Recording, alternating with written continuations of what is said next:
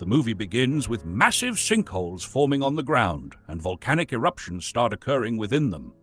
From these sinkholes, enormous creatures emerge and attack humans, wiping out nearly 95% of the population. Despite their efforts, humans haven't found a way to kill these creatures. Neither bullets nor bombs have any effect on them. However, some survivors notice that these creatures avoid altitudes above 8,000 feet.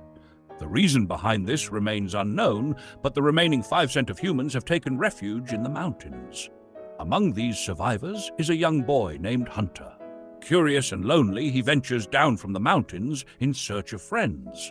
But instead of finding friends, he encounters the deadly creatures, which the survivors call Reapers. As the Reapers chase him, Hunter sprints back towards the mountain and manages to cross the safe boundary where the creatures cannot reach. His father, Will, scolds him, saying, "You shouldn't have gone down there. It's dangerous, and you already have breathing problems. Running like that could kill you, and we have very limited oxygen filters left." Later, Will goes hunting with his friend Katie. She empathizes with Hunter's loneliness, saying, "He's the only child here. Of course, he went looking for friends." When they return from hunting, we're introduced to Professor Nina, who has spent the last 3 years experimenting with different bullets to find a way to kill the Reapers. Despite her efforts, she hasn't been such an filter. However, this was their last filter. Realizing they need more filters to save his son, Will decides to venture into the hospital in the city below. Even though it's crawling with Reapers, he informs Nina of his plan, mentioning that he knows a relatively safer route with fewer Reapers. Go below the line at least a dozen times. If I don't go, Hunter dies. Nina strongly advises against it, but Will remains determined. Katie overhears this and offers to join him, saying, "I have no one left in this world, so let me come with you. Maybe I can be of some help." Eventually, Nina also decides to join them, as she believes she might be able to gather chemicals from the lab to create bullets that can kill the Reapers. The trio sets out, following a route where Reapers are less likely to appear. They catch magnetic waves emitted by the creatures, alerting them to their presence. At one point, they pass through an area where Reapers might be nearby, but the compass shows no signs. They discover abandoned military vehicles, indicating that the military had once attempted to fight the Reapers, but was wiped out. The group scavenges weapons from the vehicles, and Nina finds a piece of Reaper skin to study further. Suddenly, they hear a sound, but it's not a Reaper. They discover horses grazing peacefully, leading them to realize that Reapers only target humans and leave animals unharmed. To continue their journey, the group needs to use a chairlift system. As Will and Nina board the chairlift, Katie stays back to power it up. While doing so, she notices a Reaper approaching her. She throws a grenade at it, but it has no effect, grabbing her hand just in time. The Reaper doesn't give up and starts shaking the cable violently, causing it to snap. The group falls to the ground but manages to escape and climb to higher ground where the Reaper cannot follow. They spend the night in an abandoned mountainside restaurant discussing their next steps.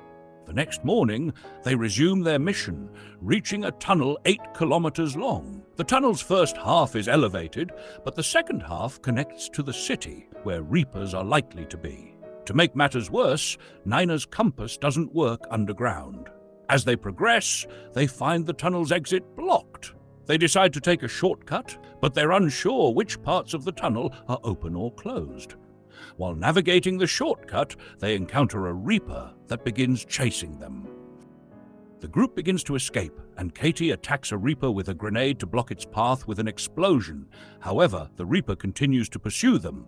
Will tries to stop it with his gun, but the bullets have no effect. They don't stop running, but Katie takes a wrong turn in the tunnel, where she encounters another Reaper that attacks and kills her.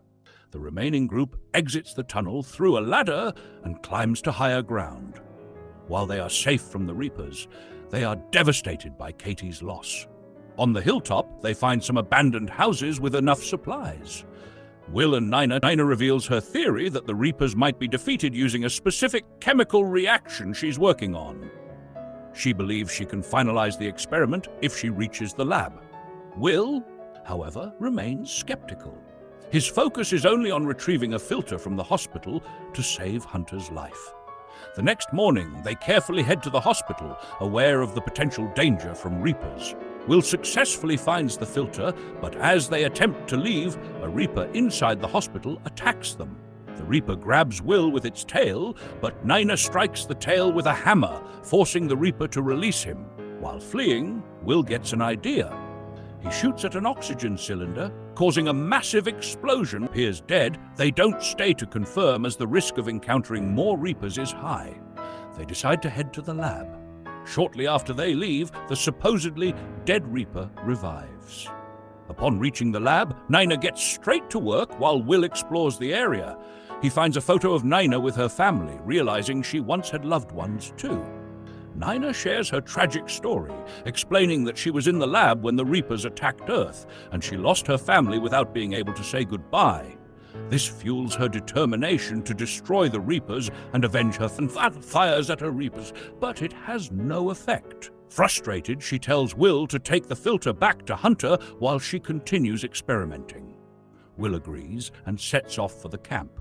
Meanwhile, Nina works tirelessly and finally creates a bullet that she believes can kill Reapers, though she isn't completely sure of its effectiveness. On his way back, Will drives quickly but crashes his car into a rock, causing it to overturn.